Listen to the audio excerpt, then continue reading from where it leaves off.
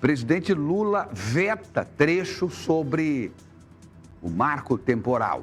Vamos saber mais detalhes sobre isso.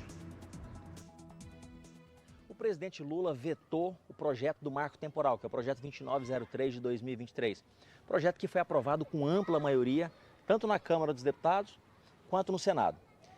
Para relembrar o que é o marco temporal, é uma data no tempo para a demarcação de terras indígenas. Ou seja, o marco temporal dizia que no dia 5 de outubro de 1988, a data da promulgação da Constituição Federal, onde os índios estivessem, nas terras que os índios estivessem, aquelas terras continuariam sendo indígenas, como é hoje.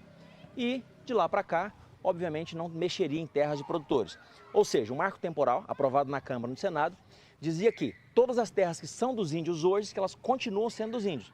Ou seja, não perdem nenhum dos direitos. Mas também as terras que são de produtores, fazendeiros, sitiantes, chacareiros, essas terras também continuariam deles.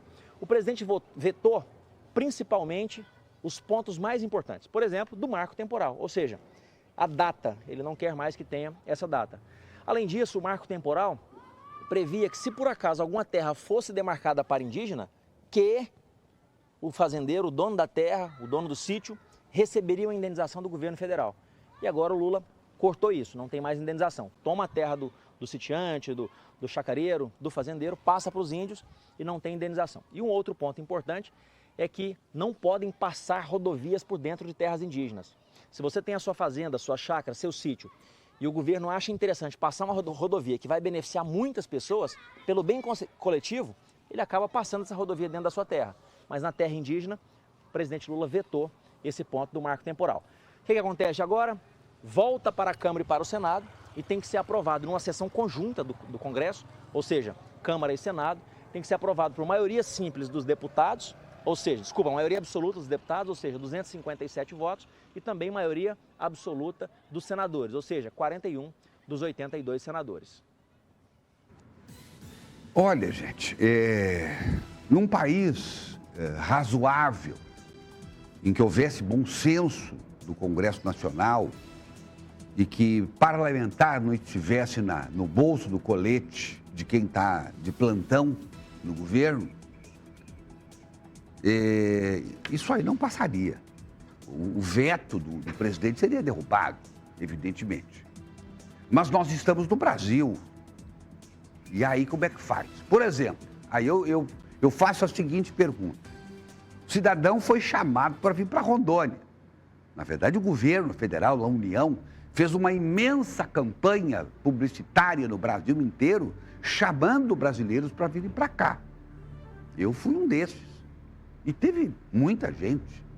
Teve gente que veio com a vocação de vir para a cidade e outros com a vocação de ir para o campo. Aí o INCRA veio e deu as terras para essas pessoas, chamados pelo próprio governo. O INCRA autorizou, distribuiu a terra. Muito bem.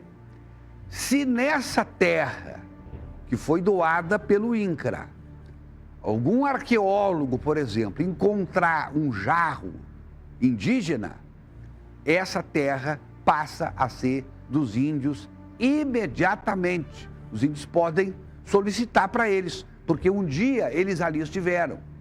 Isso é o que autoriza a legislação que saiu do governo, foi para a Câmara emendou, mudando isso, pois o presidente vetou tudo isso, as mudanças.